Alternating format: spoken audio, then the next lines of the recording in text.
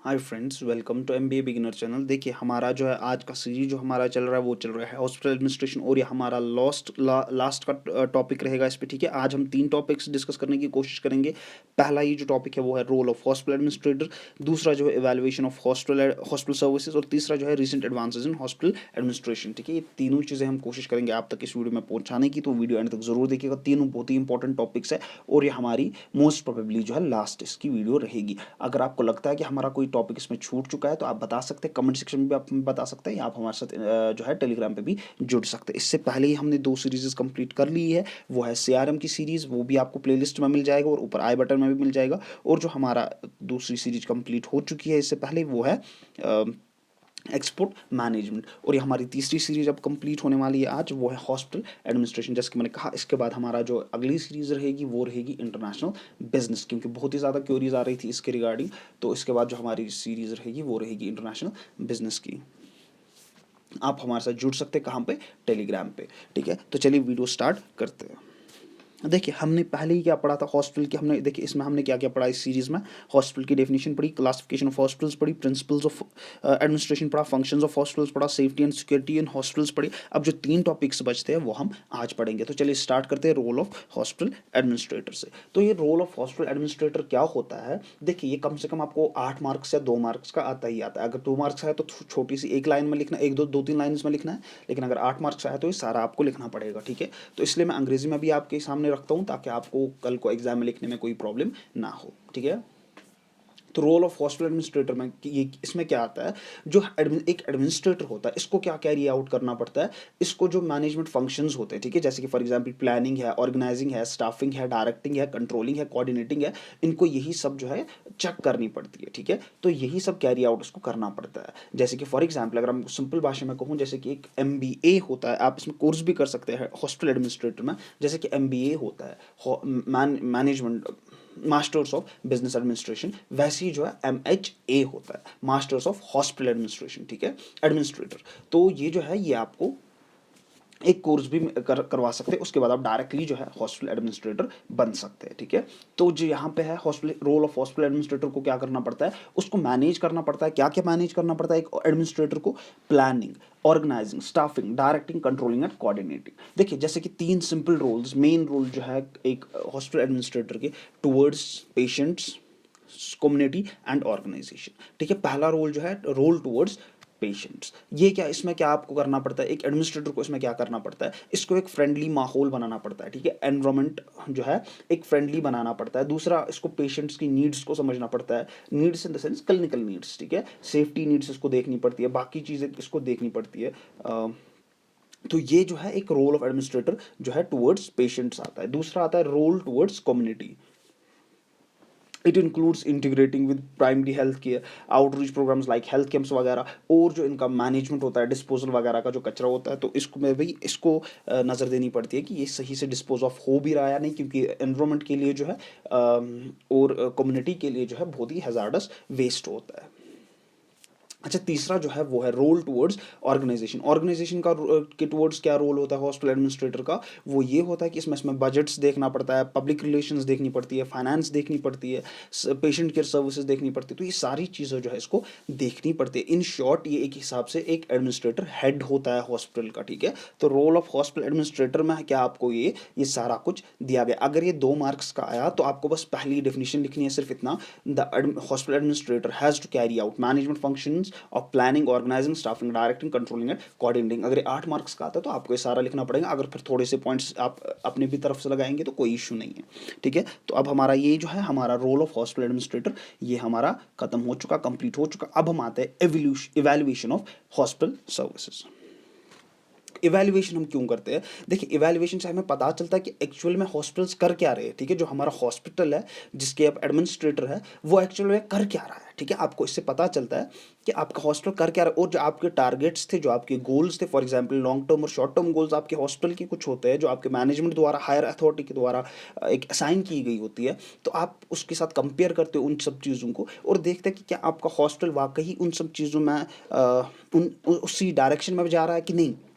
ठीक है। तो फॉर एग्जांपल अगर वो उस डायरेक्शन में नहीं जा रहा तो आप नेसेसरी चेंज कर लेते हैं अपनी चीज़ों में, और आप कोशिश करते हैं कि ये वापस अपने टारगेट की तरफ जाए और हम अपने ही टाइम पे जो है अपने ओरिजिनल टारगेट्स को अचीव कर सके, ठीक है। इसके कुछ प्राइमरी मेथड्स है या प्रिंसिपल मेथड्स है कि आप कैसे ये मेजर कर सकते हैं हॉस्पिटल परफॉर्मेंस, ठीक है।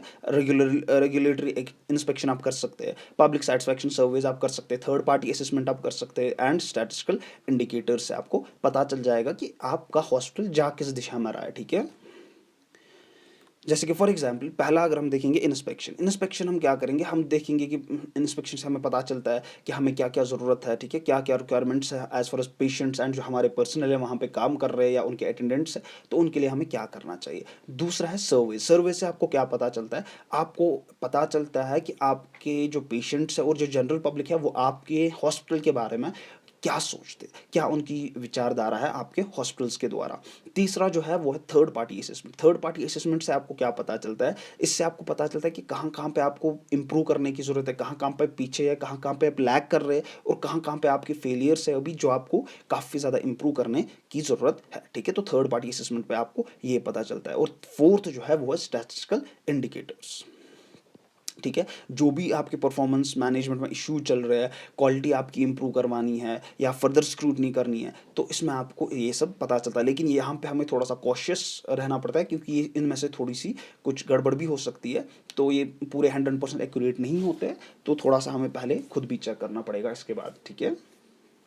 तो ये हमारा था इवैल्यूएशन ऑफ हॉस्पिटल सर्विसेज। तो हमने पढ़ा आज role of a hospital administrator, दूसरा टॉपिक हमने पढ़ा इवैल्यूएशन ऑफ हॉस्पिटल सर्विसेज, और जो तीसरा और लास्ट टॉपिक है हमारा as far as hospital administration is concerned, तो वो है recent advances in hospital administration.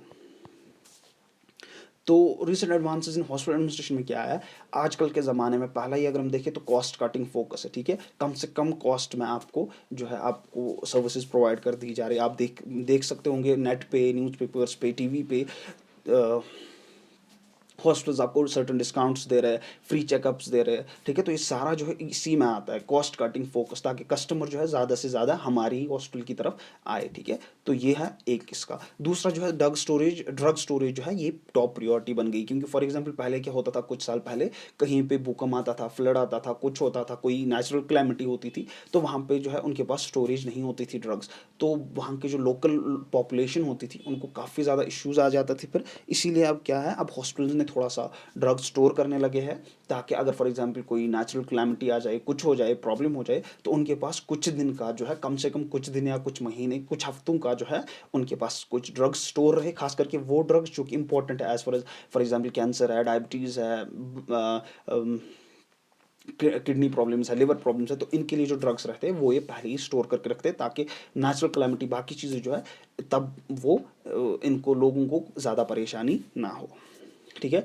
तीसरा जो है प्राइवेसी, जो आजकल है वो बहुत ही ज़्यादा इंपॉर्टेंट है as far as patients are concern, ठीक है। और फोर्थ जो है वो है हमें किसी भी कीमत पे जो स्टेट और सेंट्रल दोनों के लॉज, क्योंकि कहीं कहीं कहीं पे जो है स्टेट के कुछ लॉज होते हैं और सेंटर के कुछ लॉज होते हैं, तो हमें वो दोनों के दोनों जो है फॉलो करने पड़ते हैं किसी भी कीमत पे, ठीक है। और जो हम अब हमारा जो इसमें रिसेंट एडवांस वो एक ये भी है कि हम कोशिश करते हैं कि नई से नई टेक्नोलॉजी हम लाते हैं, ठीक है। चाहे फॉर एग्जाम्पल एक्सरेज हो, बाकी चीज़ें हो, तो हम नई से नई टेक्नोलॉजी जो है इंप्लीमेंट करने की कोशिश करते हैं। अच्छा, सिक्स्थ जो है वो है मेडिकल टूरिज्म। देखिए बहुत ही इंपॉर्टेंट पॉइंट है मेडिकल टूरिज्म। मेडिकल टूरिज्म ये नहीं होता है कि हम यहाँ पे घूमने वगैरह आते हैं, नहीं। जैसे कि फॉर एग्जांपल कोई बीमार है, ठीक है, कोई नेपाल में बीमार है, कोई भूटान में बीमार है, कोई श्रीलंका में बीमार है, तो वो इंडिया आएगा इलाज कराने, उसको हम कहेंगे मेडिकल टूरिज्म, ठीक है।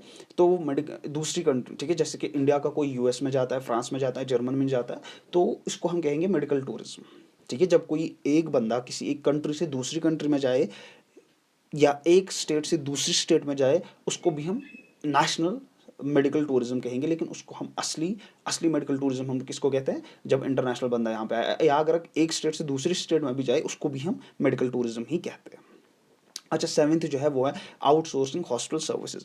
ये भी बहुत ही इंपॉर्टेंट पॉइंट है। आउटसोर्सिंग हॉस्पिटल सर्विसेज क्या है, फॉर एग्जांपल मैं एक बंदा हूँ, मेरे पास बिल्डिंग है, सारा कुछ है, बट मेरे पास, मैं क्या करता हूँ, फॉर एग्जांपल मैंने एक मैटरनिटी हॉस्पिटल बनाया, तो मैं क्या करता हूँ, मैं एक चेन बनाता हूँ मैटरनिटी डॉक्टर्स के साथ, एक गायनाकोलॉजिस्ट के साथ, बहुत ही गायनाकोलॉजिस्ट के साथ मैं चेन बनाता हूँ। मैं उनको कहता हूँ कि देखिए आपके जो पेशेंट्स होते हैं आप उनको यहाँ पे लाइए सर्जरी वगैरह करने के लिए, तो मैं आपको इसके बदले आप उनसे वगैरह फीस वगैरह दीजिए लीजिए, आप बस हमें एक छोटा सा कमीशन दीजिए, क्योंकि हम आपको बिल्डिंग वगैरह सारा कुछ प्रोवाइड कर रहे हैं।